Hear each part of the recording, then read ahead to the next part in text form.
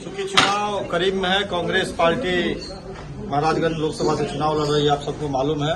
उसको देखते हुए सिसवा विधानसभा के जो हमारे बूथ और न्याय पंचायत के पदाधिकारी हैं, उनके साथ हम अपनी रणनीति पे एक तैयारी बैठक किए हैं।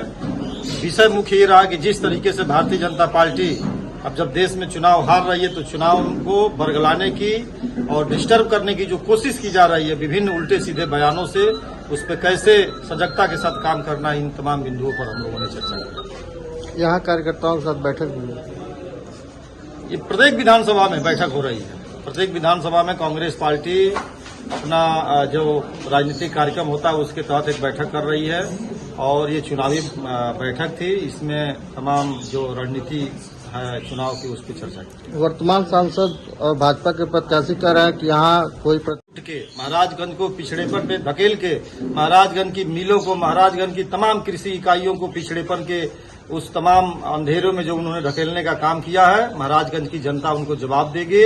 वीरेंद्र चौधरी जी जो कांग्रेस पार्टी, समाजवादी पार्टी, आम आदमी पार्टी और तमाम वामपंथी संगठनों के सहयोग से चुनाव लड़ रहे हैं, इस बार चुनाव जीतने जा रहे हैं। देश की जनता और महाराजगंज की जनता ने, सिसवा की जनता ने ये निर्णय ले लिया है कि इस देश में जो लुटेरी सरकार है, उस सरकार के वित्त राज्य मंत्री हैं पंकज चौधरी, जिस वित्त मंत्री, कैबिनेट मंत्री के पति ने कहा कि यह देश की जनता, इस देश को बचाना है और इस देश को अगर संवैधानिक रूप से कायम रखना है तो भारतीय जनता पार्टी को इस बार सत्ता से उखाड़ फेंकिए। निर्मला सीतारमण के पति प्रभाकर सीतारमण जी ने कहा है, तो आप खुद उसे अंदाजा लगा सकते हैं कि जब वित्त मंत्री के पति का ये बयान है और उसी वित्त राज्य मंत्री को, फिर उनकी भावना का अंदाजा लगा सकते हैं। जनता ने मन बना लिया है, कांग्रेस पार्टी चुनाव यहाँ जीतने जा रही है जनता के सहयोग से।